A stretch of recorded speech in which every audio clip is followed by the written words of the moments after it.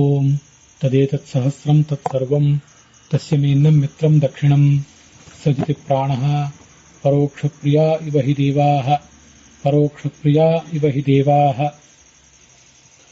ಓಂ ಭೋಕ್ತೃ ನಮಃ. ಓಂ ನೂನಮನ್ಯಾಯಾನಿ ಬ್ರುವಂತಿ ವೇಧಸಃ ಸುತೇಷು ಜನಿರಿವ ಪತಿರೇಕಃ ಸಮಾನೋ ನಿಮಾಮೃಜೆ ಪುರ ಇಂದ್ರಃ. ಶ್ರೀ ಗುರುಭ್ಯೋ ನಮಃ. ಮಹಾಭಾರತದ ಅನುಶಾಸನ ಪರ್ವದ 407ನೆಯ ಈ ಭಾಗದಲ್ಲಿ 148ನೆಯ ಭೋಕ್ತ ಎಂಬ ನಾಮ ವಿಷ್ಣು ಸಹಸ್ರನಾಮ ಸ್ತೋತ್ರದ್ದು ಅದನ್ನು ನಾವಿವತ್ತು ನೋಡೋರಿದ್ದೇವೆ. ಭೋಕ್ತ ಎಂಬ ಶಬ್ದಕ್ಕೆ ಏನರ್ಥ ಅನ್ನುವುದನ್ನು ಮೊದಲು ನೋಡೋಣ. ಈ ಜೀವರೆಲ್ಲರೂ ಕೂಡ ಏನನ್ನಾದರೂ ಭೋಗಿಸುವುದು, ಎಲ್ಲ ಥರದ ಸುಖ ಇತ್ಯಾದಿಗಳೆಲ್ಲವನ್ನು ಭೋಗಿಸುವುದು ಒಳಗಿದ್ದ ಪರಮಾತ್ಮ ಆ ದಿಕ್ಕಿನಲ್ಲಿ ನಮ್ಮನ್ನು ಪ್ರೇರಿಸುವುದರಿಂದಲೇ. ಮತ್ತೆ ಭಕ್ತಿಯಿಂದ ಯಾರು ಏನು ಕೊಟ್ಟರು ಫಲ ಪತ್ರ ಪುಷ್ಪ ಅದೆಲ್ಲವನ್ನು ಸ್ವೀಕಾರ ಮಾಡುವವನು, ಆ ಒಂದು ಅರ್ಥನೂ ಆಗಬಹುದು. ಭೋಕ್ತ ಅಂತಂದ್ರೆ ಶತ್ರುಗಳನ್ನ ನಾಶ ಮಾಡುವವನು ಅನ್ನುವ ಅರ್ಥವನ್ನ ಈ ಪ್ರಸಂಗದಲ್ಲಿ ಎಲ್ಲ ವ್ಯಾಖ್ಯಾನಕಾರರು ಹೇಳಿದ್ದಾರೆ, ಈ ಮಂತ್ರಕ್ಕೆ ಸಂಬಂಧಪಟ್ಟಂತೆ. ಮತ್ತೆ ಎಲ್ಲ ರೀತಿಯಾದಂತಹ ಗುಣಗಳನ್ನು ಕೂಡ ಹೊಂದಿರುವವನು. ಶ್ರುತಾನ್ ಅಶ್ರುತಾಂಶ್ಚ ಸರ್ವಾನ್ ಗುಣಾನ್ ಭುಂಕ್ತೆ ಇತಿ ಭೋಕ್ತ ಅಂತನೂ ಒಂದು ಅರ್ಥವನ್ನ ವರ್ಣನೆ ಮಾಡ್ತಾರೆ. ನಾವು ಕೊಟ್ಟಂತಹ ಪತ್ರ ಪುಷ್ಪ ಫಲ ಇತ್ಯಾದಿಗಳನ್ನು ಭೋಗ ಮಾಡುವವನು ಅಂತ ಒಂದು ಅರ್ಥ. ಈ ಮಂತ್ರಕ್ಕೆ ಸಂಬಂಧಪಟ್ಟಂತೆ ಮತ್ತೊಂದು ಅರ್ಥವನ್ನು ಕೂಡ ನಾವು ನೋಡಬಹುದು. ನಾವೆಲ್ಲರೂ ಸಾಮಾನ್ಯರಾದಂತಹ ಭಕ್ತರು ಆತನಿಗೆ ಏನನ್ನು ಕೊಡುವವರಿದ್ದೇವೆ. ಆದರೆ ಸ್ವಯಂ ಲಕ್ಷ್ಮೀದೇವಿ ಈ ಸಕಲ ಪ್ರಕೃತಿಗೂ ಕೂಡ ಅಭಿಮಾನಿನಿಯಾದವಳು. ಅವಳು ತನ್ನ ಸ್ವರೂಪವನ್ನೇ ಭಗವಂತನಿಗೆ ಅರ್ಪಿಸಿಕೊಂಡಿದ್ದಾಳೆ. ಅವಳು ಆತನಿಗೆ ಭೋಗ್ಯಳಾಗಿದ್ದಾಳೆ, ಪರಮಾತ್ಮ ಅವಳಿಗೆ ಭೋಕ್ತ ಆಗಿದ್ದಾನೆ ಅನ್ನುವುದು ಆ ಭಗವಂತ ಭೋಕ್ತ ಅನ್ನುವ ವಿಷಯದಲ್ಲಿ ನಾವು ಚಿಂತಿಸಬೇಕಾದಂತಹ ಒಂದು ಶ್ರೇಷ್ಠವಾದಂತಹ ಚಿಂತನೆ. ಇದಿಷ್ಟು ಭೋಕ್ತ ಅನ್ನುವ ಶಬ್ದಕ್ಕೆ ನಾವು ನೋಡುವ ಅರ್ಥಗಳಾದವು.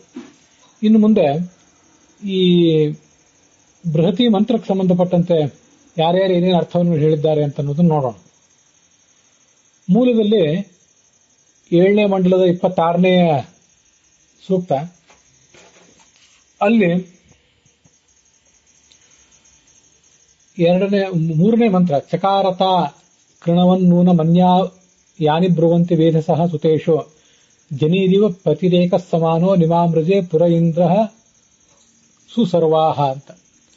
ಈ 3ನೇ ಮಂತ್ರದಲ್ಲಿ ಚಕಾರತ ಕೃಣವರ್ತ್ ಅನ್ನೋದನ್ನ ಹಿಂದಿನ ಮಂತ್ರಕ್ಕೆ ಬಿಟ್ಟಿದ್ದಾರೆ. ಅದನ್ನ ಈ ಸಂಪಾದಿತವಾದ ಬೃಹತಿ ಮಂತ್ರದಲ್ಲಿ ತಗೊಂಡಿಲ್ಲ. ನೂನಮನ್ಯ ಯಾನಿ ಬ್ರುವಂತಿ ಅಲ್ಲಿಂದ ಪ್ರಾರಂಭಿಸಿ ಪುರ ಇಂದ್ರ ಅಲ್ಲಿವರೆಗೆ ಈ ಬೃಹತಿ ಮಂತ್ರ. ಸುಸರ್ವಾಹ ಅನ್ನೋದನ್ನ ಇಲ್ಲಿ ತಗೊಂಡಿಲ್ಲ. ಇದಿಷ್ಟು ಆ ಬೃಹತಿ ಮಂತ್ರದ ಸ್ವರೂಪ. ಅದರ ಮೂಲ ಮಂತ್ರಕ್ಕೆ ಸಾಯಣಾಚಾರ್ಯರು ಮತ್ತೆ ಭಗವಂತಾಚಾರ್ಯರು ಏನು ಅರ್ಥಗಳನ್ನು ನೋಡ್ತಾರೆ ಅಂತ ನೋಡೋಣ. ಮತ್ತೆ ಸಂಪಾದಿತವಾದ ಬೃಹತಿ ಮಂತ್ರಕ್ಕೆ ರಘುನಾಥ ಸ್ವಾಮಿಗಳು ಏನು ಅರ್ಥ ಹೇಳ್ತಾರೆ ಅಂತ ಅನ್ನೋದನ್ನು ನೋಡೋಣ. ವೇದ ಸಹ ಅಂದ್ರೆ ಸ್ತೋತ್ರಗಳನ್ನು ಮಾಡುವಂಥವರು. ಯಜ್ಞ ನಡೆದಿದೆ, ಆ ಸೋಮ ಅನ್ನೋ ಲತೆಯನ್ನ ಹಿಂಡಿದ್ದಾರೆ. ಆಗ ಸ್ತೋತ್ರ ಮಾಡುವವರು ಸ್ತೋತ್ರ ಮಾಡ್ತಿದ್ದಾರೆ. ಭಗವಂತನ ಅನೇಕ ಮಹಿಮೆಗಳನ್ನ ಅಲ್ಲಿ ಸ್ತೋತ್ರ ಮಾಡ್ತಿದ್ದಾರೆ. ಅದನ್ನೆಲ್ಲ ಭಗವಂತ ಈ ಹಿಂದೆನೂ ಮಾಡಿದ್ದ, ಮತ್ತೆ ಈಗಲೂ ಮಾಡ್ತಾ ಇದ್ದಾನೆ, ಮುಂದೆನೂ ಮಾಡುವವನಿದ್ದಾನೆ. ಒಬ್ಬ ಗಂಡನಾದವನು, ಪತಿ ಅಂದ್ರೆ ಗಂಡ, ಅವನು ಜನೀಹಿ ಹೆಂಡತಿಯರನ್ನ ಹೇಗೆ ಶುದ್ಧರನ್ನಾಗಿ ಮಾಡ್ತಾನೋ ಅದರಂತೆ ಈ ಭಗವಂತ ಅದು ಈ ಇಂದ್ರ ಶತ್ರುಗಳ ನಗರಗಳನ್ನೆಲ್ಲ ಒಬ್ಬಂಟಿಯಾಗಿ ಶುದ್ಧವನ್ನಾಗಿ ಮಾಡ್ತಾನೆ ಅಂತ ಅದರ ಅಭಿಪ್ರಾಯವನ್ನು ಸಾಯಣಾಚಾರ್ಯರು ವರ್ಣನೆ ಮಾಡ್ತಾರೆ. ಭೋಕ್ತ ಅನ್ನುವುದಕ್ಕೆ ಎಲ್ಲ ಥರದ ಗುಣಗಳನ್ನು ಹೊಂದಿದವನು ಅಂತ ಅರ್ಥ ಹೇಳಿದವರು ಭಗವಂತಾಚಾರ್ಯರು. ಅವರ ದೃಷ್ಟಿಯಲ್ಲಿ ಭೋಕ್ತಾ ಎಂಬ ನಾಮಕ್ಕೆ ಸಂಬಂಧಪಟ್ಟ ಬೃಹತಿ ಮಂತ್ರ ಮಾನದಕ್ಷ ಅವಸೆ ಹವಂತೆ ಚಕಾರತ ಕೃಣವತ್ ನೂನಮನ್ಯ ಯಾನಿ ಬ್ರುವಂತಿ ವೇದಸಃ ಸುತೇಶು ಜನೀದಿವ ಅಂತ ಮಂತ್ರ ಇದೆ. ರಘುನಾಥ ಸ್ವಾಮಿಗಳ ಸಂಪಾದಿತವಾದ ಬೃಹತಿ ಮಂತ್ರ ಮತ್ತೆ ಭಗವಂತಾಚಾರ್ಯ ಬೃಹತಿ ಮಂತ್ರ ಎರಡು ಬೇರೆ ಬೇರೆ ಇದೆ. ಮೂಲ ಮಂತ್ರಕ್ಕೆ ಭಗವಂತಾಚಾರ್ಯ ಏನು ಅರ್ಥ ಹೇಳಿದ್ದಾರೆ? ವೇದಸಃ ಅಂದ್ರೆ ಇಂದಿನ ಎಲ್ಲ ಚತುರ್ಮುಖ ಬ್ರಹ್ಮರು, ಹಿಂದಿನ ಸೃಷ್ಟಿಗಳಲ್ಲಿ ಆಗಿ ಹೋದ ಚತುರ್ಮುಖ ಬ್ರಹ್ಮರು, ಈಗಿನ ಚತುರ್ಮುಖ ಬ್ರಹ್ಮರು, ಇವರೆಲ್ಲರೂ ಕೂಡ ತಮ್ಮ ಸುತ ಅಂದ್ರೆ ಮಕ್ಕಳಾದಂತಹ ಶಿವ, ನಾರದ, ಸನಕ ಮೊದಲಾದವರಿಗೆ ಏನೇನು ತತ್ವಗಳನ್ನು ಉಪದೇಶ ಮಾಡಿದ್ದಾರೆ, ಆ ಎಲ್ಲ ಅಂದ್ರೆ ಭಗವಂತರ ಮಹಿಮೆಗಳನ್ನು ಅವರೇನು ಉಪದೇಶ ಮಾಡಿದ್ದಾರೆ, ಆ ಎಲ್ಲ ಮಹಾಕಾರ್ಯಗಳನ್ನು ಭಗವಂತ ಹಿಂದೆ ಮಾಡಿದ್ದಾನೆ. ಮುಂದೆನೂ ಕೂಡ ಅವನು ಮಾಡುವವನಿದ್ದಾನೆ. ಅನೇಕ ತರದ ಗುಣಗಳನ್ನು ಕೂಡ ಅವನು ಹೊಂದಿದ್ದಾನೆ. ಗುಣಾಃ ಶ್ರುತಾಃ ಸುವಿರುದ್ಧಾಶ್ಚ ದೇವೇ ಸಂತಿ ಅಶ್ರುತಾಃ ನೈವಾತ್ರ ಶಂಕಾ. ಹೀಗೆ ಎಲ್ಲ ತರದ ಗುಣಗಳನ್ನು ಹೊಂದಿದವನು ಆ ಭಗವಂತ. ಆ ಭಗವಂತನ ಗುಣಗಳನ್ನ ಈ ಚತುರ್ಮುಖ ಮೊದಲಾದ ದೇವತೆಗಳು ತಮ್ಮ ಶಿಷ್ಯರಿಗೆ ಉಪದೇಶ ಮಾಡ್ತಾರೆ. ಈ ಒಬ್ಬ ಗಂಡ ಸಮವೃತ್ತಿ ತನ್ನ ಎಲ್ಲ ಪತ್ನಿಯರ ಜೊತೆಗೂ ಕೂಡ ಬಹ್ವೀರಪಿ ಭಾರ್ಯಾ ಸ್ವಚಿತ್ತಾನುಸಾರಿಣೀ, ಅನೇಕ ಪತ್ನಿಯರಿರಬಹುದು, ಅವರೆಲ್ಲರೂ ತನ್ನ ಮನಸ್ಸಿಗೆ ತನಗೆ ಹೊಂದಾಣಿಕೆ ಮಾಡಿಕೊಂಡಿರುವಂತೆ ಅವರನ್ನು ಅವನು ನೋಡ್ಕೊಳ್ತಾನೆ.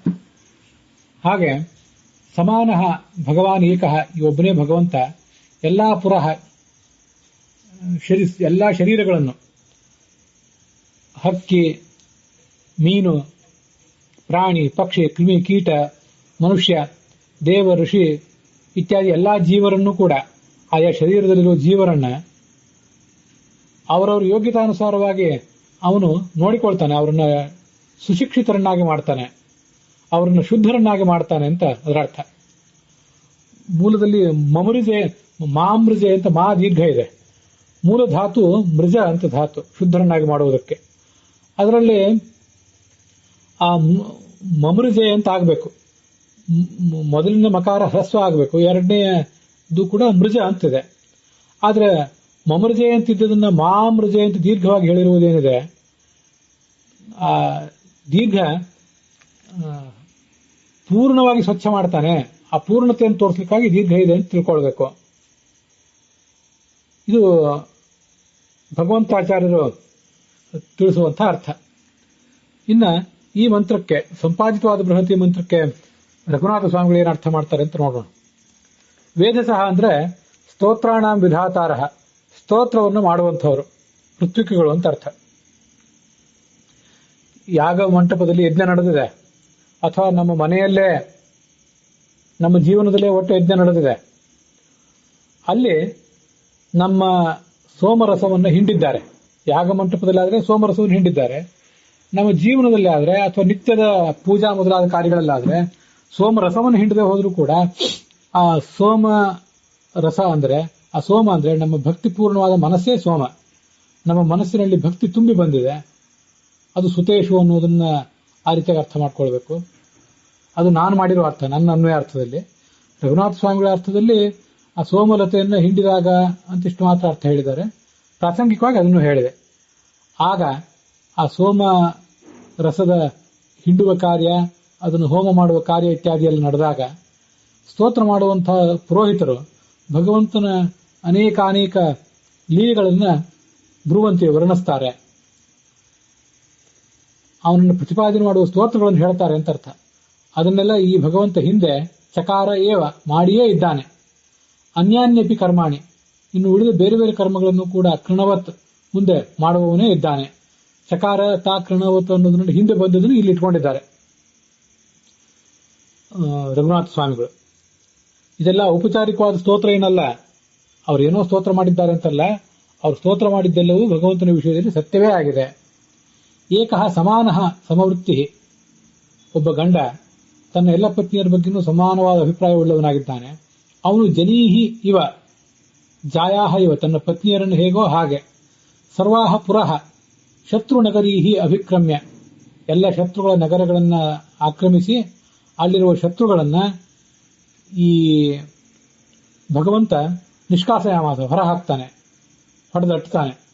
ಅದು ಹೇಗೆ ಅಂದ್ರೆ ಜಾಯಾಗತ ದುರ್ಬುದ್ಧಿ ಇವ, ಆ ಪತ್ನಿಯರಲ್ಲಿ ಇರುವಂತಹ ದುರ್ಬುದ್ಧಿಯನ್ನ, ಏನಾದರೂ ದೋಷಗಳಿದ್ರೆ ಅವರೆಲ್ಲವನ್ನೂ ಕೂಡ ಈ ಪತಿಯಾದವನು ಹೇಗೆ ಸ್ವಚ್ಛ ಮಾಡ್ತಾನೋ, ಅದನ್ನೆಲ್ಲ ಶುದ್ಧ, ಅವರ ಮನಸ್ಸನ್ನ, ಅವರ ವ್ಯಕ್ತಿತ್ವವನ್ನು ಶುದ್ಧವನ್ನಾಗಿ ಮಾಡ್ತಾನೋ, ಹಾಗೆ ಈ ಭಗವಂತ ಶತ್ರುಗಳ ನಗರಗಳನ್ನ ಆಕ್ರಮಿಸಿ ಆ ಶತ್ರುಗಳನ್ನೆಲ್ಲ ಹೊಡೆದು ಓಡಿಸ್ತಾನೆ ಅಂತ ಅದರ ಅರ್ಥ.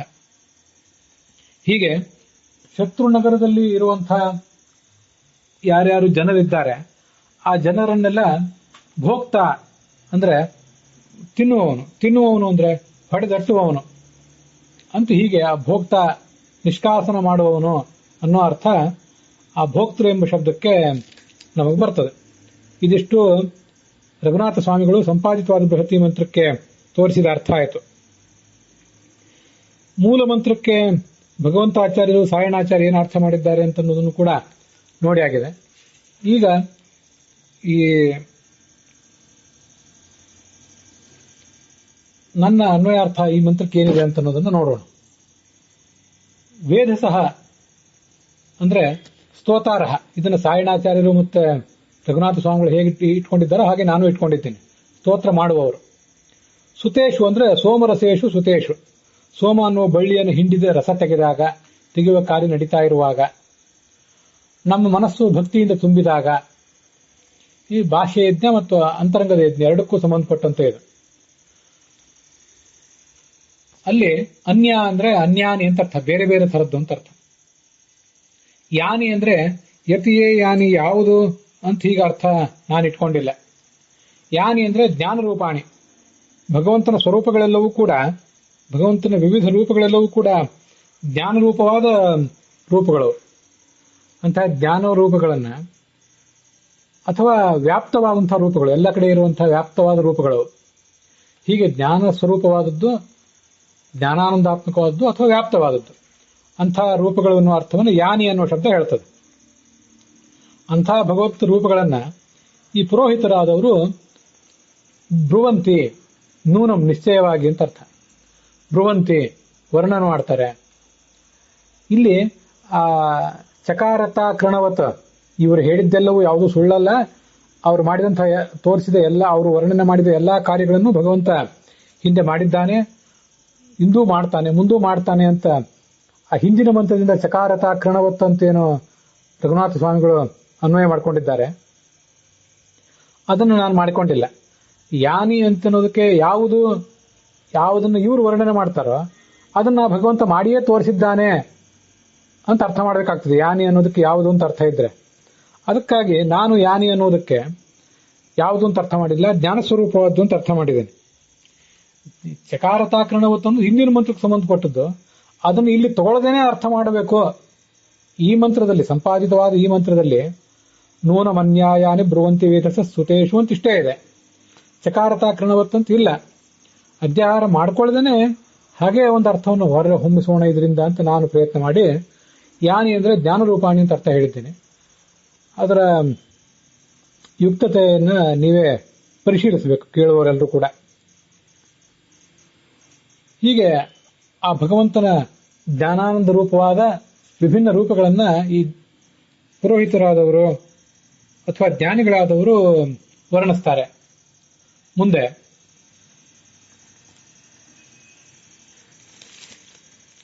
ಏಕಃ ಪತಿ, ಒಬ್ಬ ಗಂಡನೊಬ್ಬ, ಜನೀಹಿ ಇವ, ತನ್ನ ಪತ್ನಿಯರನ್ನೆಂಬಂತೆ.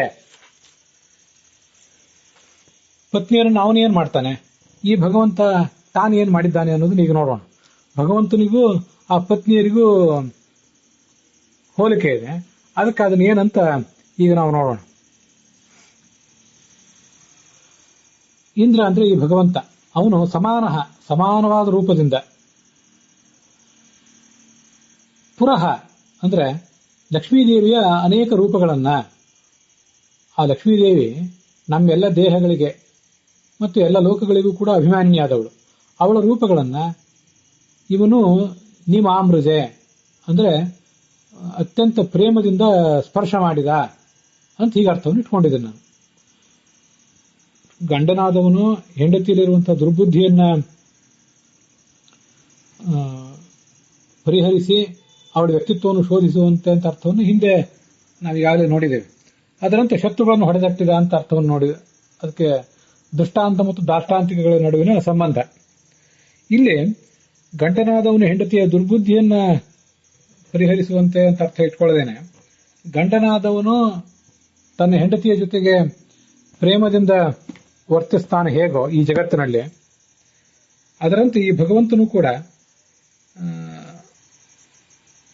ಈ ಜಗತ್ತಿನ ಎಲ್ಲ ಲೋಕಗಳು ಮತ್ತೆ ಎಲ್ಲ ಶರೀರಗಳು, ನಮ್ಮೆಲ್ಲಾ ಶರೀರಗಳು ಕೂಡ ಪಂಚಮಹಾಭೂತದಿಂದ ಹುಟ್ಟಿರುವಂಥದ್ದು. ಪ್ರಾಕೃತ ದೇಹಗಳು, ಈ ಎಲ್ಲಾ ಪ್ರಾಕೃತ ದೇಹಗಳಿಗೂ ಕೂಡ ಮೂಲ ಕಾರಣ ಪ್ರಕೃತಿ. ಆ ಜಡ ಪ್ರಕೃತಿಗೆ ಅಭಿಮಾನಿನಿಯಾದಂಥವಳು ಈ ಚಿತ್ರ ಪ್ರಕೃತಿ ಲಕ್ಷ್ಮೀದೇವಿ. ಆದ್ರಿಂದ ಅವಳೇ ಪುರಗಳು ಅಂದ್ರೆ ಪಟ್ಟಣಗಳು, ಶ್ವೇತದ್ವೀಪ, ಅನಂತಾಸನ ಮೊದಲಾದ ಪಟ್ಟಣಗಳು. ಆ ಪಟ್ಟಣಗಳಿಗೂ ಅಭಿಮಾನಿನಿಯಾದವಳು, ಪಟ್ಟಣದ ರೂಪಳಾದವಳು ಅವಳೇ. ಹಾಗೆ ಪುರ ಅಂದ್ರೆ ನಮ್ಮ ಶರೀರವೇ ಒಂದು ಪಟ್ಟಣ, ಆ ಪಟ್ಟಣದ ರೂಪದಲ್ಲಿಯೂ ಕೂಡ ಅವಳೇ ಇದ್ದಾಳೆ. ಅದಕ್ಕೆಲ್ಲದಕ್ಕೂ ಅವಳೇ ಅಭಿಮಾನಿಯಾಗಿದ್ದಾಳೆ. ಅವಳ ಅನೇಕಾನೇಕ ರೂಪಗಳನ್ನ ಈ ಒಬ್ಬನೇ ಪರಮಾತ್ಮ ಪ್ರೇಮದಿಂದ ಸ್ಪರ್ಶಿಸಿದ. ಗಂಡನೊಬ್ಬ ತನ್ನ ಪತ್ನಿಯರನ್ನ ಪ್ರೇಮದಿಂದ ಸಂಗಮಿಸುವಂತೆ ಭಗವಂತನು ಇಲ್ಲಿ ಮಾಡಿದ ಅಂತ ಅದರ ಅರ್ಥ ಇಟ್ಕೊಂಡಿದ್ದೇನೆ. ಲಕ್ಷ್ಮೀದೇವಿಯ ರೂಪಗಳನ್ನು ಸ್ಪರ್ಶಿಸಿದ, ಅಥವಾ ಲಕ್ಷ್ಮೀದೇವಿಯಲ್ಲಿರುವಂತಹ ತನ್ನದೇ ಆದ ರೂಪಗಳನ್ನು ಆ ಭಗವಂತ ಸಂಗಮಿಸ್ತಾನೆ ಅಂತ ಐತರೇಯ ಉಪನಿಷತ್ ಭಾಷ್ಯ ಇತ್ಯಾದಿ ಕಡೆಗಳಲ್ಲಿದೆ. ಅದನ್ನು ಯಾರಾದ್ರೂ ಬೇಕು ಅಂತಂದ್ರೆ ಆ ಅರ್ಥವನ್ನು ಇಟ್ಕೋಬಹುದು. ಅಲ್ಲಿ ಈ ಮಂತ್ರಕ್ಕೆ ಸಂಬಂಧಪಟ್ಟಂತೆ ಬೇರೆ ಬೇರೆ ಶಬ್ದಗಳಿವೆ. ಆ ಶಬ್ದಗಳನ್ನು ನಾವು ಹೀಗೆ ಆ ಶಬ್ದಗಳ ಹಿನ್ನೆಲೆಯನ್ನ ನೋಡಬೇಕು.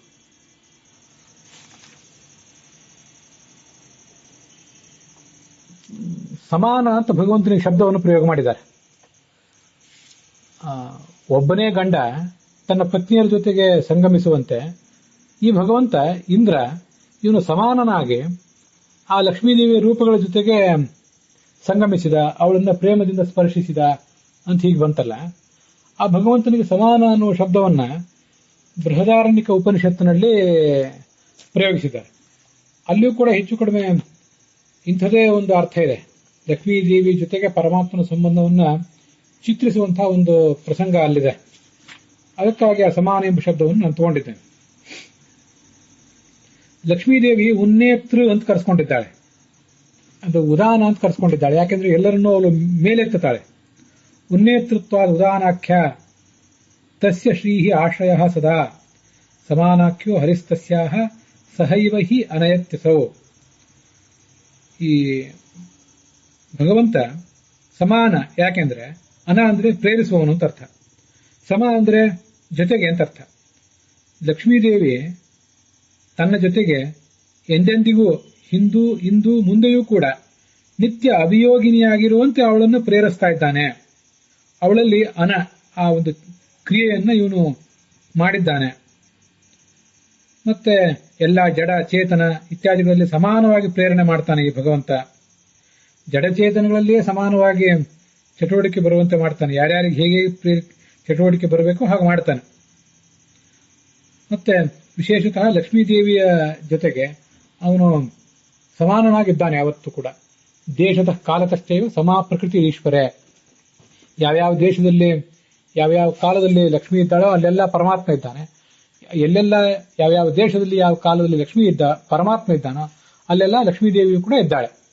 ಹೀಗೆ ಅವರು ನಿತ್ಯ ಯಾವ ದೇಶದಲ್ಲೂ ಯಾವ ಕಾಲದಲ್ಲೂ ವಿಯೋಗ ಉಳ್ಳವರಲ್ಲ. ಹೀಗೆ ಅವರ ನಡುವಿನ ಸಂಬಂಧವನ್ನ ಆ ಸಮಾನ ಎಂಬ ಶಬ್ದ ತೋರಿಸ್ತದೆ. ಬೃಹದಾರಣ್ಯಕ ಉಪನಿಷತ್ತಿನ ಆ ಒಂದು ಭಾಷ್ಯದ ಪ್ರಸಂಗ. ಕಸ್ಮಿನ್ ಉದಾನ ಪ್ರತಿಷ್ಠಿತ. ಈ ಉದಾನ ಎಂಬ ಶಬ್ದವಾಚ್ಯರಾದ ಲಕ್ಷ್ಮೀದೇವಿ ಯಾರನ್ನ ಆಶ್ರಯಿಸಿದ್ದಾಳೆ ಅಂದ್ರೆ ಸಮಾನ ಐತೆ, ಸಮಾನ ನಾಮಕನಾದ ಭಗವಂತನನ್ನ ಅವಳು ಆಶ್ರಯಿಸಿದ್ದಾಳೆ ಅಂತ ಉಪನಿಷತ್ತು ಹೇಳಿದೆ. ಲಕ್ಷ್ಮೀದೇವಿ ಯಾಕೆ ಉದಾನಳು? ನಮ್ಮೆಲ್ಲರನ್ನೂ ಮೇಲಕ್ಕೆ ಏರಿಸುವುದರಿಂದ ಅವಳು ಅಂದ್ರೆ ಮೇಲಕ್ಕೆ, ಅನ ಏರಿಸುವವಳು. ಇವನು ಸಮಾನ ಯಾಕೆಂದ್ರೆ ಆ ಲಕ್ಷ್ಮೀದೇವಿ ಜೊತೆಗೆ ಯಾವತ್ತೂ ಕೂಡ ಸಮಾನವಾಗಿ ಎಲ್ಲ ದೇಶ ಕಾಲಗಳಲ್ಲೂ ಇರುವವನು. ಆದ್ರಿಂದ ಅವನು ಸಮಾನ. ಇದು ಒಬ್ಬನೇ ಗಂಡನೊಬ್ಬ ತನ್ನ ಪತ್ನಿಯರ ಜೊತೆಗೆ ವ್ಯವಹರಿಸುವಂತೆ ಈ ಭಗವಂತ ಸಮಾನ ರೂಪನಾಗಿ ತನ್ನ ಪತ್ನಿಯಾದ ಲಕ್ಷ್ಮಿಯ ಬೇರೆ ಬೇರೆ ಆ ರೂಪಗಳ ಜೊತೆಗೆ ವ್ಯವಹರಿಸ್ತಾನೆ, ಅವಳನ್ನು ಸಂಗಮಿಸ್ತಾನೆ. ಅಲ್ಲಿ ಪುರಹ ಅಂತಿದೆ. ಪುರಹ ಅಂದ್ರೆ ಪಟ್ಟಣಗಳು ಅಂತ ಅರ್ಥ. ಅದೇ ಪಟ್ಟಣ ಅಂದ್ರೆ ಸರ್ವದೇಹ, ನಮ್ಮೆಲ್ಲರ ದೇಹ.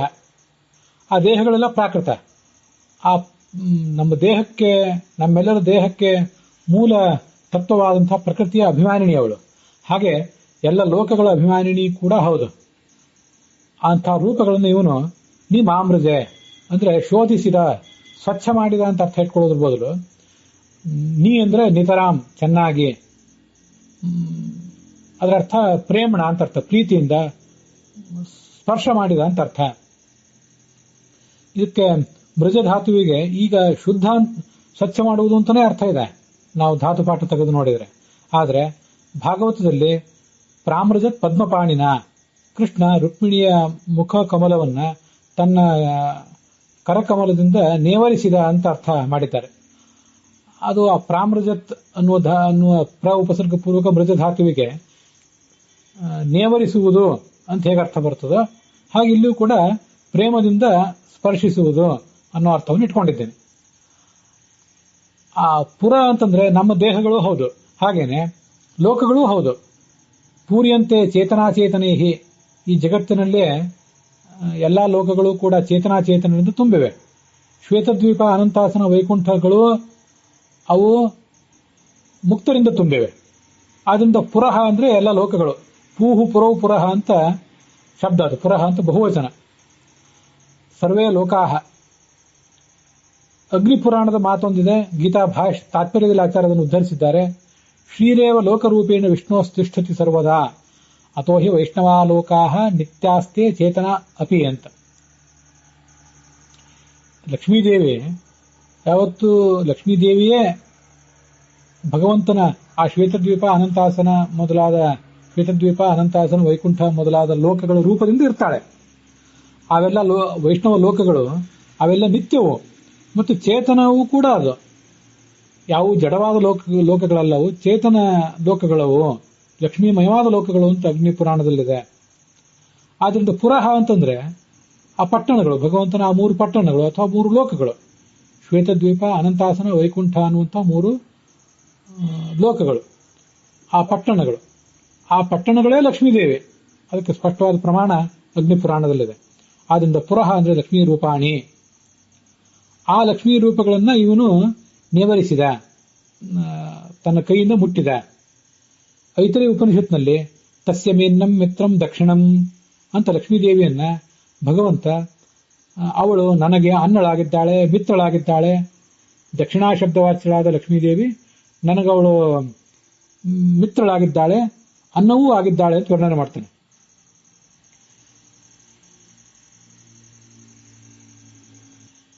ಅವಳು ಅನ್ನ ಯಾಕೆ ಅಂದ್ರೆ ಐತರೇಯ ಉಪನಿಷತ್ತಿನ ಭಾಷ್ಯದಲ್ಲಿ ಹೇಳ್ತಾರೆ, ಸಾನ್ನ ಮಿತ್ಯುಚ್ಯತೆ ವಿಷ್ಣೋರ್ ಭೋಗ್ಯತ್ವಾತ್ ಮಿತ್ರಮೇ ವಚ ಅಂತ ಮುಂದೆ. ಅವಳು ಅನ್ನ ಯಾಕೆಂದ್ರೆ, ಅನ್ನ ಅಂದ್ರೆ ನಾವು ಹಿಂದಿನ ದಿವಸ ಅರ್ಥ ನೋಡಿದ್ದೇವೆ, ಅದ್ಯತೆ ಅತ್ತಿಚ ಭೂತಾನಿ, ಇನ್ನೊಬ್ಬರನ್ನ ಪ್ರಳಯ ಕಾಲದಲ್ಲಿ ಸಂಹರಿಸಬೇಕು. ಮತ್ತೆ ಅದ್ಯತೆ ಇನ್ನೊಬ್ಬರಿಂದ ಸ್ವೀಕರಿಸಲ್ಪಡಬೇಕು, ಭೋಗಿಸಲ್ಪಡಬೇಕು. ಪರಮಾತ್ಮನು ಎಲ್ಲಾ ಜೀವರಿಂದಲೂ ಭೋಗಿಸಲ್ಪಡ್ತಾನೆ, ಆದ್ರಿಂದ ಅವನೇ ಅನ್ನ. ಪರಮಾತ್ಮನಿಂದ ಭೋಗಿಸಲ್ಪಡುವಂಥವಳು ಲಕ್ಷ್ಮೀದೇವಿ. ವಿಷ್ಣೋಹು ಭೋಗ್ಯತ್ವಾತ್. ಇದು ತುಂಬಾ ವಿಶಿಷ್ಟವಾದ ಸಂಬಂಧ. ಇವನು ಅನ್ನ, ಅವಳು ಅನ್ನ. ಅವರಿಬ್ಬರ ನಡುವೆ ಆ ಅನ್ನ ಎಂಬ ಶಬ್ದವನ್ನು ಪ್ರಯೋಗ ಮಾಡಿಬಿಟ್ರೆ ಅದು ಅವರಿಬ್ಬರನ್ನೂ ಹೇಳ್ತದೆ. ಅದಕ್ಕೆ ಅರ್ಥ ಪರಮಾತ್ಮ ಲಕ್ಷ್ಮೀದೇವಿಯಿಂದ ಭೋಗಿಸಲ್ಪಟ್ಟಿದ್ದಾನೆ, ಮತ್ತೆ ಆ ಲಕ್ಷ್ಮೀದೇವಿ ಪರಮಾತ್ಮನಿಂದ ಭೋಗಿಸಲ್ಪಟ್ಟಿದ್ದಾಳೆ. ಇವೆರಡವೂ ಅರ್ಥವೂ ಕೂಡ ಅದಕ್ಕೆ ಬರ್ತದೆ. ಅವಳು ಭೋಗ್ಯಳು, ಇವನು ಭೋಗ್ಯ. ಇವನು ಭೋಗ್ಯ ಅಂದ್ರೂ ತಪ್ಪೇನಿಲ್ಲ ಅಂತ ಹಿಂದೆ ನಾವು ನೋಡಿದ್ದೇವೆ.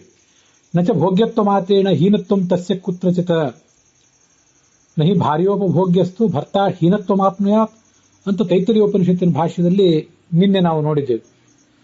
ತನ್ನ ಹೆಂಡತಿಯಿಂದ ಒಬ್ಬ ಗಂಡನಾದವನು ಭೋಗಿಸಲ್ಪಟ್ರೆ ಅದು ಅವನಿಗೆ ಹೀನತ್ವ ಏನಲ್ಲ, ಅದೊಂದು ಅವರಿಗೊಂದು ಅಲಂಕಾರವೇ ಅದು. ಹೀಗೆ ಅವಳು ಲಕ್ಷ್ಮಿ ಮತ್ತು ಈ ನಾರಾಯಣ ಇಬ್ಬರು ಕೂಡ ಪರಸ್ಪರ ಭೋಗ್ಯರಾಗಿದ್ದಾರೆ. ಇಲ್ಲಿ ಅವಳನ್ನು ಭೋಗ್ಯ ಅಂತ ತಗೊಂಡಿದ್ದೀವಿ, ಹಿಂದಿನ ಮಂತ್ರದಲ್ಲಿ ಅವನನ್ನು ಭೋಗ್ಯ ಅಂತ ತಗೊಂಡಿದ್ವಿ. ಅವಳು ಭೋಗ್ಯಳಾದಾಗ ಇವನು ಭೋಕ್ತಾ ಆಗ್ತಾನೆ, ಸಹ ಭೋಕ್ತಾ, ಅವನೇ ಭೋಕ್ತಾ. ಪರಮಾತ್ಮ ನಾವು ಕೊಟ್ಟ ಅನ್ನವನ್ನ, ಪತ್ರ ಪುಷ್ಪ ಫಲ ಇತ್ಯಾದಿಗಳ ಸಾರವನ್ನು ಭೋಗ ಮಾಡ್ತಾನೆ ಅಂತನ್ನುವುದು ಸರಿಯೇ. ಅದಲ್ಲದೆ ಜಗತ್ತಿನಲ್ಲಿ ಪರಮಾತ್ಮನಿಗೆ ಯಾರಾದರೂ ಅತ್ಯಂತ ಹೆಚ್ಚು ಭಕ್ತಿಯಿಂದ, ಅತ್ಯಂತ ಹೆಚ್ಚು ಪ್ರೇಮದಿಂದ, ಅತ್ಯಂತ ಹೆಚ್ಚು ಶುದ್ಧಿಯಿಂದ ಏನನ್ನಾದರೂ ಅರ್ಪಣೆ ಮಾಡಲಿಕ್ಕೆ ಸಾಧ್ಯ ಇದ್ರೆ ಅದು ಲಕ್ಷ್ಮೀದೇವಿಯೇ ತನ್ನನ್ನು ತಾನೇ ಅರ್ಪಣೆ ಮಾಡಿಕೊಳ್ಳುವುದೇ ಆಗಿದೆ. ಅವಳ ಆ ಕೊಟ್ಟ ಆ ಭೋಗವನ್ನು ಸ್ವೀಕಾರ ಮಾಡುವವನು ಅನ್ನೋ ಅರ್ಥವನ್ನು ಭೋಕ್ತಾ ಎಂಬ ಶಬ್ದದಿಂದ ನಾವು ಅನುಸಂಧಾನ ಮಾಡೋಣ. ಅದಕ್ಕಾಗಿ ಈ ಥರ ನಾನು ಅರ್ಥ ಮಾಡಿಕೊಂಡಿದ್ದೇನೆ. ಇದೇ ಅರ್ಥವನ್ನೇ ಬೃಹತಿ ಮಂತ್ರ ಪುರಃ ನಿಮಾಮೃಜೆ ಅಂತ ವರ್ಣನೆ ಮಾಡಿದೆ. ಪುರಃ ಅಂದ್ರೆ ಲಕ್ಷ್ಮೀದೇವಿ ರೂಪಗಳನ್ನು, ನಿಮಾಮೃಜೆ ತನ್ನ ಕೈಗಳಿಂದ ಪ್ರೇಮಪೂರ್ವಕವಾಗಿ ಸ್ಪರ್ಶಿಸಿದ ಅಂತ ಅರ್ಥ. ಅದರ ಭಾವಾರ್ಥ ಏನು? ನಮ್ಮ ಮನವು ಭಕ್ತಿ ಭಾವದಿಂದ ತುಂಬಿ ಬಂದಿದೆ.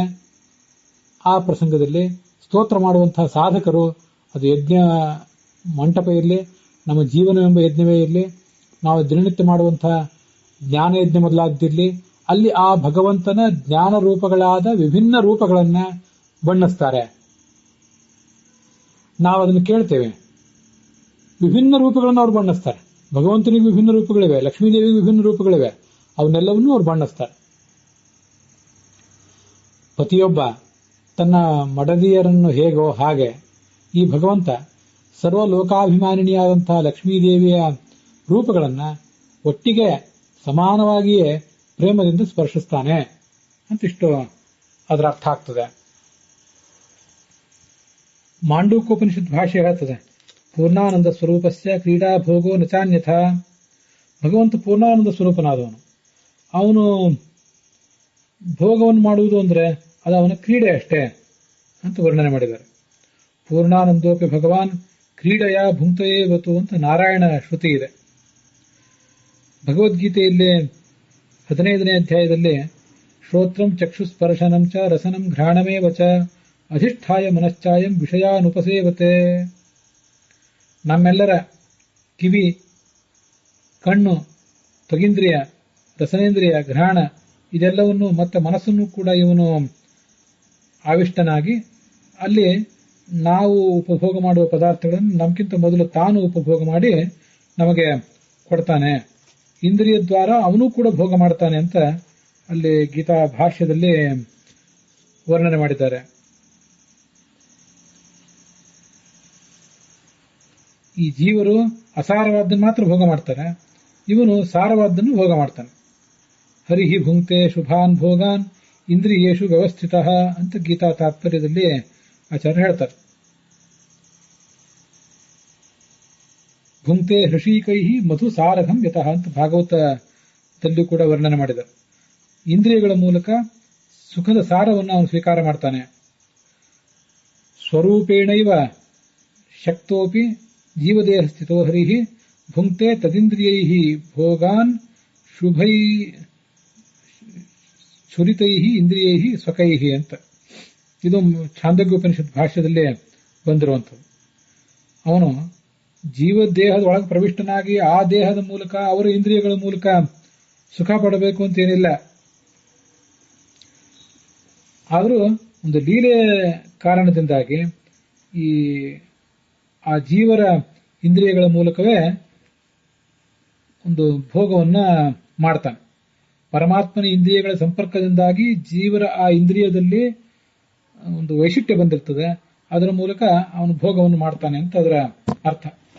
ನಮ್ಮೆಲ್ಲರ ಇಂದ್ರಿಯಗಳು ಕೂಡ ಹೀಗೆ ಭಗವಂತನ ಭೋಗಕ್ಕೆ ಅಧಿಷ್ಠಾನ ಅಂತ ನಾವು ಎಲ್ಲ ಕರ್ಮೇಂದ್ರಿಯ, ಎಲ್ಲ ಜ್ಞಾನೇಂದ್ರಿಯ ಇದೆಲ್ಲವನ್ನು ಕೂಡ ಚಿಂತಿಸಬೇಕು.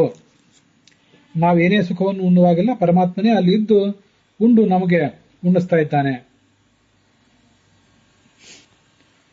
ಐತರೇಯ ಉಪನಿಷತ್ತು ತಸ್ಮಿನ್ ಯೋನ್ನಂ ಚಾನ್ನಾದಂ ಚ ವೇದ ಅಂತ ವರ್ಣನೆ ಮಾಡಿದೆ.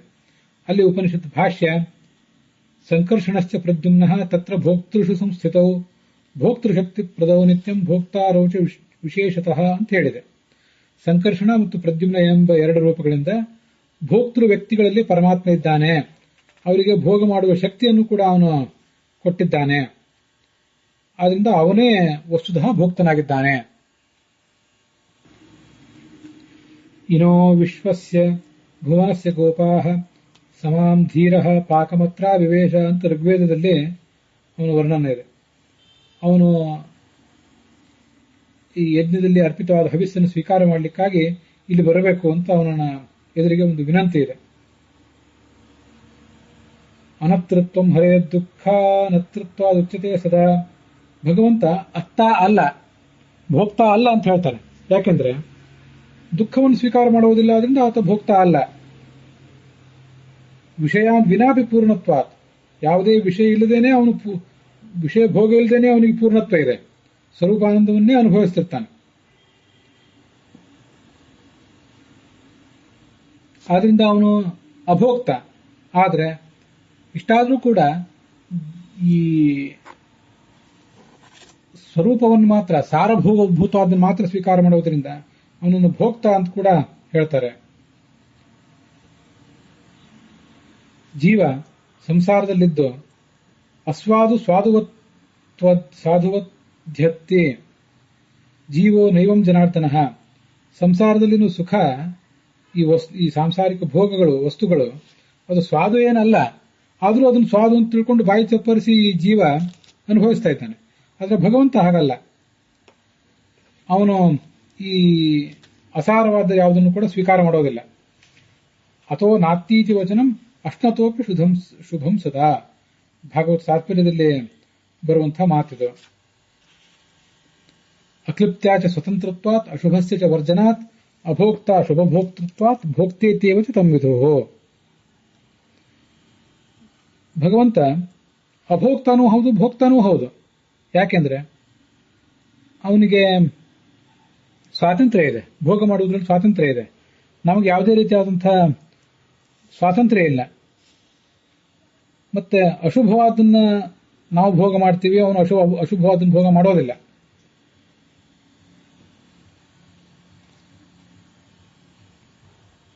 ಈ ಕಾರಣಕ್ಕಾಗಿ ಅವನು ಅಭೋಕ್ತ. ಆದರೂ ಶುಭವನ್ನು ಮಾತ್ರ ಭೋಗ ಮಾಡುವುದರಿಂದ ಭೋಕ್ತಾನೂ ಹೌದು. ಪೂರ್ಣ ಸ್ವಾನಂದ ಭೋಜನಾತ್, ತನ್ನದೇ ಸ್ವರೂಪವಾದ ಆನಂದವನ್ನು ಮಾತ್ರ ಅವನು ಯಾವತ್ತೂ ಸ್ವೀಕಾರ ಮಾಡ್ತಾ ಇರ್ತಾನೆ. ವಿರಾಗಾಚ್ಯ ಪರಸ್ಯಾಸ್ಯ ಭೋಕ್ತೃತ್ವ ಪ್ರತಿಷೇಧನಂ. ಯಾವುದೇ ನಾವು ಭೋಗ ಮಾಡುವಾಗ, ಭೋಗಕ್ಕಿಂತ ಮುಂಚೆ ಒಂದು ಊಟ ಮಾಡುವಾಗಲೇ, ಊಟ ಮಾಡುವುದಕ್ಕಿಂತ ಮುಂಚೆ ನಮಗೆ ಹಸಿವಿನ ದಣ್ಯವಾಗಿರ್ತದೆ. ಊಟ ಮಾಡುವಾಗ ಶ್ರಮ ಆಗ್ತದೆ, ಬೆವರು ಬರ್ತದೆ, ದಣಿತೇವೆ. ಊಟ ಆದ್ಮೇಲೆ ಮತ್ತೆ ವಿಶ್ರಾಂತಿ ಬೇಕಾಗ್ತದೆ. ಇದು ಊಟಕ್ಕೆ ಒಂದು ಸಂಬಂಧಪಟ್ಟಂತೆ ನಾನು ಹೇಳಿದೆ. ಯಾವುದೇ ಥರದ ಭೋಗಗಳನ್ನು ಮನುಷ್ಯ ಮಾಡಬೇಕಾದ್ರೂ ಕೂಡ ಅವನಿಗೆ ಅದರಿಂದ ಎಷ್ಟು ಥರದ ದಣ್ಯವಾಗ್ತದೆ. ಮೊದಲು ಪರದಾಟ, ಮಾಡುವಾಗ ಪರದಾಟ, ಮಾಡಿದ್ದಾದ್ಮೇಲೆ ಮತ್ತೆ ಒದ್ದಾಟ. ಈ ಥರ ಆ ಮನುಷ್ಯನಿಗೆ ಒಟ್ಟಾರೆ ಸುಖ ಅಂತನ್ನುವುದೇ ಇರೋದಿಲ್ಲ. ಆದರೆ ಭಗವಂತ ಹೀಗಲ್ಲ ಅಂತ ಅದರ ಅರ್ಥ. ಅಹಂ ಹಿ ಸರ್ವಯಜ್ಞಾನ ಭೋಕ್ತಾಚ ಪ್ರಭುರೇವಚ. ಸರ್ವಯಜ್ಞಗಳನ್ನೂ ಭೋಗ ಮಾಡ್ತೇನೆ. ಅವಪಾಸನ, ವೈಶ್ವದೇವ, ಬಲಿಹರಣ, ಏನೇನು ಯಜ್ಞಗಳನ್ನು ಯಾರು ವಾಜಪೇಯ, ಅಶ್ವಮೇಧ ಯಗಾದಿಗಳನ್ನು ಮಾಡ್ತಾರೆ, ಅಂತ ದೊಡ್ಡ ಯಾಗಗಳನ್ನು ಯಾರಿಗೆ ಮಾಡಲಿಕ್ಕೆ ಶಕ್ತಿ ಇಲ್ಲ, ಅವರ ಎಲ್ಲಾ ಯಜ್ಞಗಳನ್ನು ನಾನು ಸ್ವೀಕಾರ ಮಾಡ್ತೇನೆ. ಮತ್ತೆ ಸರ್ವಯಜ್ಞಾನ, ಎಲ್ಲ ಜೀವರ, ಚತುರ್ಮುಖ ಬ್ರಹ್ಮನ, ಲಕ್ಷ್ಮೀದೇವಿಯ, ಅಲ್ಲಿಂದನೇ ಪ್ರಾರಂಭ ಮಾಡ್ಕೊಳ್ಳೋಣ. ಲಕ್ಷ್ಮೀದೇವಿಯ ಜೀವನವು ಒಂದು ಯಜ್ಞವೇ. ವಿಷ್ಣು ಪೂಜಾರ್ಥ ಯಜ್ಞೋಹ ಮಿತ್ಯುಪಾಸನ ಮಾದರಾತ್. ಭಗವಂತನ ಪೂಜೆಗಾಗಿ ನನ್ನ ಈ ವ್ಯಕ್ತಿತ್ವ ಮೀಸಲು ಅಂತ ಭಾವಿಸಿದವರಲ್ಲಿ ಅವಳು ಅಗ್ರಗಣ್ಯಳು. ಹಾಗಾಗಿ ಸರ್ವಯಜ್ಞಾನ ಅಂದ್ರೆ ಎಲ್ಲರ ಯಜ್ಞಗಳು, ಎಲ್ಲಾ ಯಜ್ಞಗಳು. ಸರ್ವೇಚತೆ ಯಜ್ಞಾಶ್ಚಂತ ಕರ್ಮಧಾರಯ ಸಮಾಸ ಒಂದು, ಸರ್ವೇಶಾಂ ಯಜ್ಞಾ ಅಂತ ಷಷ್ಠಿ ತತ್ಪುರುಷ ಸಮಾಸ ಒಂದು. ಎಲ್ಲ ಜೀವಗಳ, ಲಕ್ಷ್ಮೀದೇವಿಯಿಂದ ಪ್ರಾರಂಭಿಸಿ ನಮ್ಮಂಥವರ ಸಾಮಾನ್ಯರವರೆಗೆ ಎಲ್ಲರ ಯಜ್ಞಗಳನ್ನು ಅವನು ಭೋಗ ಮಾಡ್ತಾನೆ.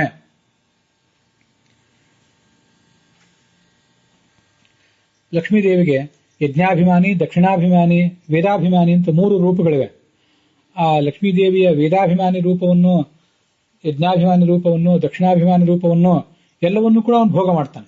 ಹೀಗೆ ಸರ್ವಯಜ್ಞಾನ ಅಂತಂದ್ರೆ ಆ ಲಕ್ಷ್ಮೀದೇವಿಯ ಯಜ್ಞ ಎಂಬ ರೂಪವನ್ನು, ಅವಳ ಜೀವನವೆಂಬ ಯಜ್ಞವನ್ನು ಇವನು ಭೋಗ ಮಾಡ್ತಾನೆ ಅಂತ ಅದರ ತಾತ್ಪರ್ಯ ಆಗ್ತದೆ. ಹೀಗೆ ಆ ಭೋಗ ಎಂಬ ಶಬ್ದವನ್ನ ನಮ್ಮಂತಹ ಸಾಮಾನ್ಯರು ಕೊಟ್ಟದ್ದನ್ನ ಭೋಗ ಮಾಡ್ತಾನೆ, ಸಾಮಾನ್ಯರಲ್ಲಿದ್ದು ಭೋಗ ಮಾಡ್ತಾನೆ ಅನ್ನುವುದು ಒಂದರ್ಥ. ನಮ್ಮ ಇಂದ್ರಿಯಗಳಲ್ಲಿ ನಮ್ಮ ಕರ್ಣಗಳಲ್ಲಿ ಇರ್ತಾನೆ, ಇರೋದಿಲ್ಲ ಅಂತಲ್ಲ. ಲಕ್ಷ್ಮೀದೇವಿಯಲ್ಲಿ ಇರುವಂಥ ಈ ಭಗವಂತ ತನ್ನ ರೂಪಗಳ ಜೊತೆಗೇನೆ ತಾನೇ ಭೋಗ ಮಾಡ್ತಾನೆ. ಐತರೇಯ ಉಪನಿಷತ್ತಿನ ಭಾಷ್ಯದಲ್ಲಿ ಅದೆಲ್ಲ ಬಂದಿದೆ. ರೂಪೈಹಿ ಸ್ವೈಸ್ಸಮೇತಿ ಕೇಶವಃ ಕಯಾ ಸ್ತ್ರೀಯ ರತಿಂ ಕುರಿಯಾತ್ ನಶ್ಯನ್ಯ ರತಿರಚ್ಯುತಃ. ಯಾವ ಸ್ತ್ರೀ ಲಕ್ಷ್ಮಿ ಈ ಭಗವಂತನಿಗೆ ಬೇಕಾಗಿದೆ? ಯಾವ ಸ್ತ್ರೀಯೂ ಬೇಕಾಗಿಲ್ಲ ಅವನಿಗೆ. ನಹಿ ಅನ್ಯರತಿ ಅಚ್ಯುತಃ. ಲಕ್ಷ್ಮೀಗತವಾದಂತಹ ತನ್ನ ರೂಪಗಳ ಜೊತೆಗೇನೆ ತಾನು ಭೋಗ ಮಾಡ್ತಾನೆ, ಆದ್ರಿಂದ ಆತ ಭೋಕ್ತ. ಹೀಗೆ ಸ್ವಭೋಕ್ತ ಅನ್ನೋದನ್ನ ಅಲ್ಲಿ ನಾವು ಅನುಸಂಧಾನಕ್ಕೆ ತಂದ್ಕೋಬೇಕು. ಭೋಕ್ತಾ ಶಬ್ದಕ್ಕೆ ಲಕ್ಷಾಲಂಕಾರ ಅರ್ಥವನ್ನೇನು ಹೇಳಿಲ್ಲ. ಈ ಭಗವಂತ ಪುರುಷ ರೂಪದಿಂದ ಪ್ರಕೃತಿಯನ್ನ ಭೋಗಿಸುವವನು ಅಂತ ಅರ್ಥವನ್ನ ಶಂಕರ ಭಾಷ್ಯದಲ್ಲಿ ಹೇಳಿದ್ದಾರೆ. ಯಾವತ್ತೂ ಆನಂದಾನುಭವದಲ್ಲಿ ಮಗ್ನನಾದವನು ಅನ್ನೋ ಅರ್ಥವನ್ನು ಮತ್ತು ಕೆಲವರು ವ್ಯಾಖ್ಯಾನಕಾರರು ಹೇಳ್ತಾರೆ. ಮಹಾಪ್ರಳಯ ಕಾಲದಲ್ಲಿ ಎಲ್ಲವನ್ನೂ ಭೋಗ ಮಾಡುವವನು, ಭಕ್ತರು ಕೊಟ್ಟಂತಹ ನೈವೇದ್ಯವನ್ನು ಭೋಗ ಮಾಡುವವನು, ಅವನು ಅತಿಥಿ. ಹಂಸಶ್ಚು ಶಿಷದ್ವಸುರಂತರಿಕ್ಷ ಸದ್ಧೋತ ಅತಿಥಿರ್ದುರೋಣ ಸತ್ ಅಂತ ಅತಿಥಿ ಅಂತ ಒಂದು ವರ್ಣನೆ ಮಾಡಿದ್ದಾರೆ. ಹೀಗೆ ಬೇರೆ ಬೇರೆ ವ್ಯಾಖ್ಯಾನಕಾರರು ಹೇಳ್ತಾರೆ. ಭಕ್ತರು ಕೊಟ್ಟಂತಹ ನೈವೇದ್ಯವನ್ನ ಅಮೃತದಂತೆ ಬಹಳ ಸಂತೋಷದಿಂದ ಭೋಜನ ಮಾಡ್ತಾನೆ. ಇದು ಪರಾಶರ ಭಟ್ಟ ಹೇಳ್ತಾರೆ.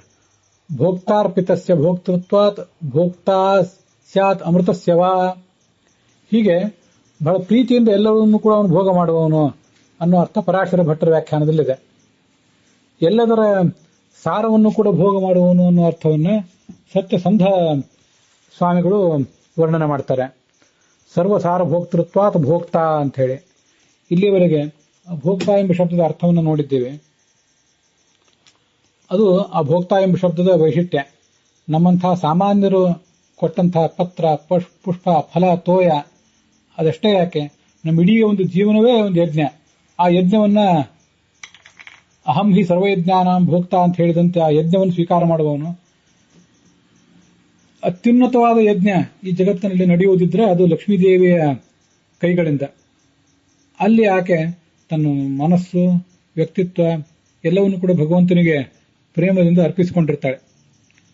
ಅವಳಲ್ಲಿದ್ದು ಅವಳ ಜೊತೆಗಿದ್ದು ಭೋಗ ಮಾಡುವವನು, ಅವಳಲ್ಲೇ ಇರುವಂತಹ ತನ್ನದೇ ಆದ ರೂಪಗಳ ಜೊತೆಗೆ ಭೋಗ ಮಾಡುವವನು.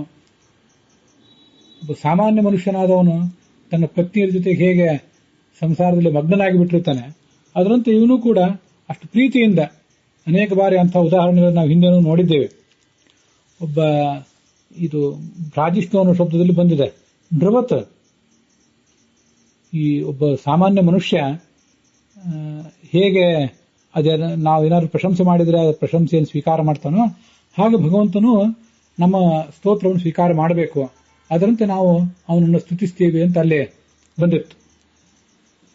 ಹೀಗೆ ಆ ಭಗವಂತ ಭೋಕ್ತ ಅನ್ನೋದಕ್ಕೆ ತುಂಬಾ ವ್ಯಾಪಕವಾದಂತಹ ಅರ್ಥಗಳಿವೆ. ಶಾಸ್ತ್ರಕ್ಕನುಸಾರವಾಗಿ ಎಷ್ಟೆಷ್ಟು ಅನಿಷಿದ್ಧವಾದ ಅರ್ಥಗಳನ್ನ ಅಲ್ಲಿ ಕಾಣಲಿಕ್ಕೆ ಸಾಧ್ಯವೋ ಅದೆಲ್ಲವನ್ನು ಕಾಣಬೇಕು. ಇಲ್ಲಿ ಪುರಃ ಅಂತ ಶಬ್ದ ಬಂದಿರುವುದರಿಂದ ಲಕ್ಷ್ಮೀದೇವಿಯಲ್ಲಿ ಜೊತೆಗೆ ಆತ ಇದ್ದು ಅವಳ ಜೊತೆಗೆ ಭೋಗ ಮಾಡ್ತಾನೆ ಅನ್ನೋ ಅರ್ಥವನ್ನು ಕೂಡ ಈ ಮಂತ್ರಕ್ಕೆ ಸಂಬಂಧಪಟ್ಟಂತೆ ಹೇಳಿದ್ದೇನೆ. ಅಲ್ಲಿಗೆ ಈ ಭಾಗ ಸಮಾಪ್ತವಾಗಿದೆ.